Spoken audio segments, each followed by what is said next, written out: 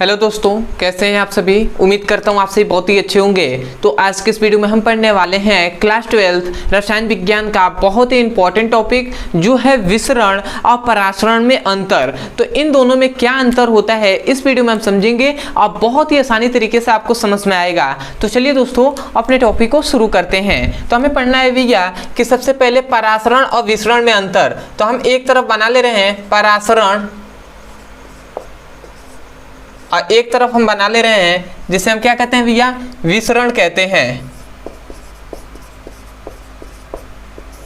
तो ये सबसे पहला यही पॉइंट्स आता है कि परासरण किसे कहते हैं और विसरण किसे कहते हैं। तो ये तो सब हमने पढ़ा ही दिया है, ठीक है। तो इसलिए हम ज़्यादा इस पर चर्चा नहीं करेंगे, इनके अंतर पे ही हम डिस्कस करते हैं। तो सबसे पहला इसका अंतर ये होता है ना कि जो परासरण के अणु होते हैं यह जो तनु विलयन से सांद्र विलयन की ओर गति करते हैं। मतलब जो परासरण के जो अणु होंगे, जो परासरण के जो अणु होते हैं ये किधर भैया, यह तनु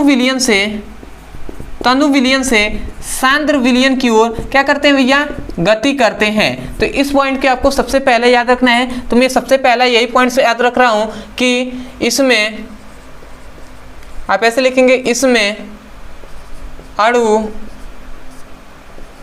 तनु विलयन से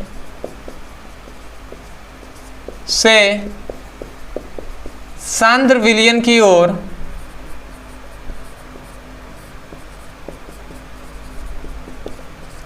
गति करते हैं,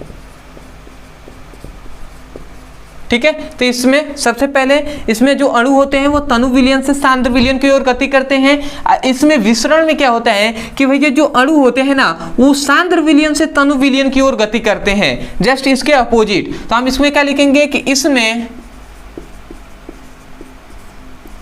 अणु मतलब विसरण में अणु सांद्र विलयन से तनु विलयन की ओर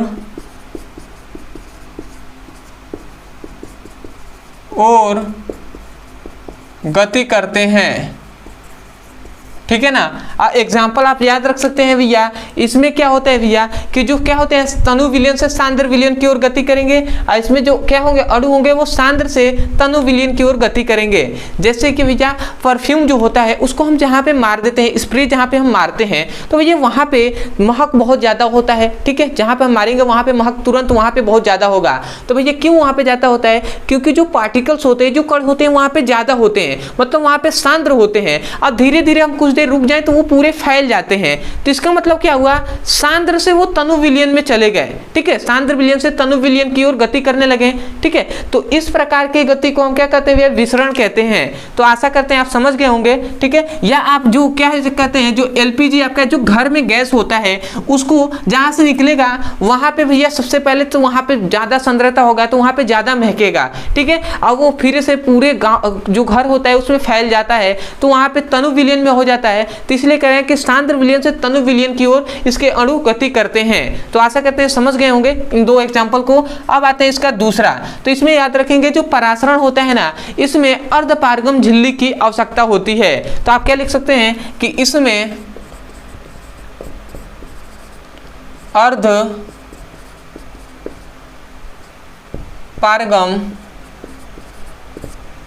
झिल्ली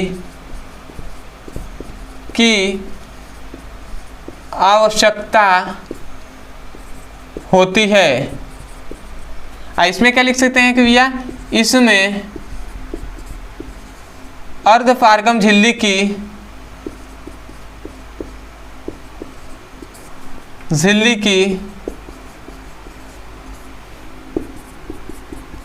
आवश्यकता नहीं होती है, ठीक है। इसमें तो होती है विसरण में, परासरण में, और विसरण में इसकी जरूरत नहीं होती है। तो आशा करते हैं इतनी बात समझ गए होंगे। अब इसमें तीसरा पॉइंट याद रखेंगे कि परासरण में केवल क्या होता है, विलायक के कण ही, विलायक के जो अणु होते हैं वही गति करते हैं। तो इसमें याद रखेंगे कि इसमें मतलब परासरण में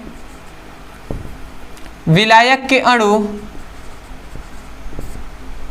ऐसे आप लिख लेंगे कि केवल, ठीक है, क्योंकि इसमें केवल विलायक के अणु ही गति करते हैं। गति करते हैं, ठीक है। परंतु इसमें याद रखेंगे, इसमें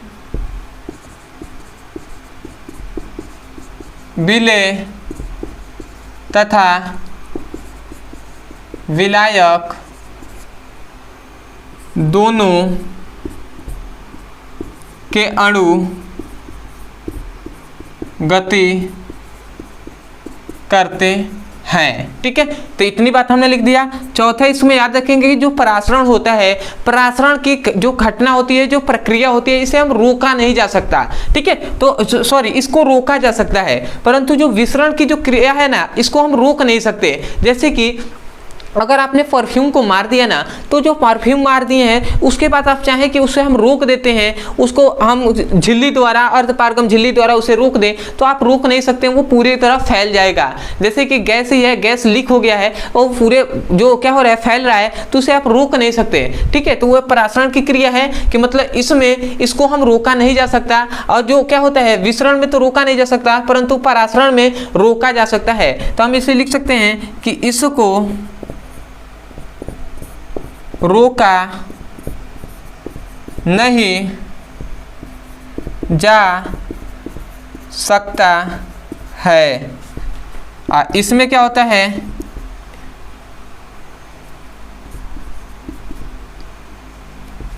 रोका जा सकता है ना, रोका जा सकता है। इसमें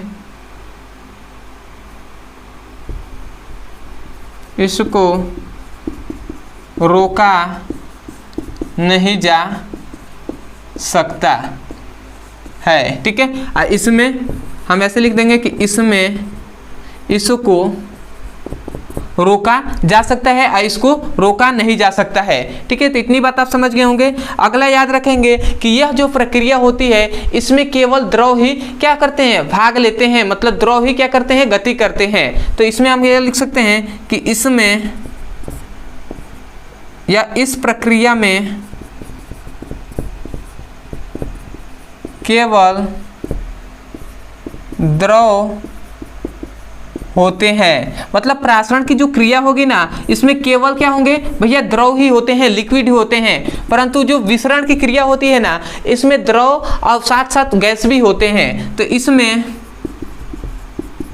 द्रव तथा गैस दोनों होते हैं, ठीक है। तो इसमें याद रखेंगे मतलब ठोस उस इसमें गैस उस नहीं होगा, ठीक है, जो विसरण की क्रिया होगा, सॉरी परासरण की क्रिया होगा, परंतु विसरण में गैस भी हो, गैसों में भी या द्रव में भी विसरण की प्रक्रिया हो सकती है। तो आशा करते हैं भैया परासरण और विसरण ये बहुत ही बेहतरीन तरीके से आपको समझ में आ गया होगा। तो मैं यही कहूँगा, यदि सच में आपको इस वीडियो से कुछ भी सीखने को मिला हो, यदि आपको समझ में आया है, तो सबसे पहले तो चैनल को सब्सक्राइब कर दीजिएगा, वीडियो को लाइक कर दीजिएगा, हो सके तो हमें कमेंट सेक्शन में जरूर बताइएगा कि आपको वीडियो कैसा लगा। अदरवाइज यदि कोई भी टॉपिक समझ में नहीं आता है, कोई भी टॉपिक फिजिक्स और केमिस्ट्री के संबंध में, तो आपको केवल उस टॉपिक का नाम लिखना है यूट्यूब पर, अंत में हमारे चैनल का नाम लिख देना है ब्रदर सर, आपको वीडियो मिल जाएगा, आप वहां से जाकर अच्छे से पढ़ाई कर सकते हैं, ठीक है। और यदि किसी भी क्लास का फिजिक्स और केमिस्ट्री का चैप्टर वाइज सीक्वेंस में एक एक करके वीडियो को पढ़ना है, तो आपके लिए एक नंबर दिया जा रहा है जो यहाँ पर है 8874726058। ये व्हाट्सएप नंबर है। इस व्हाट्सएप नंबर पर मैसेज करके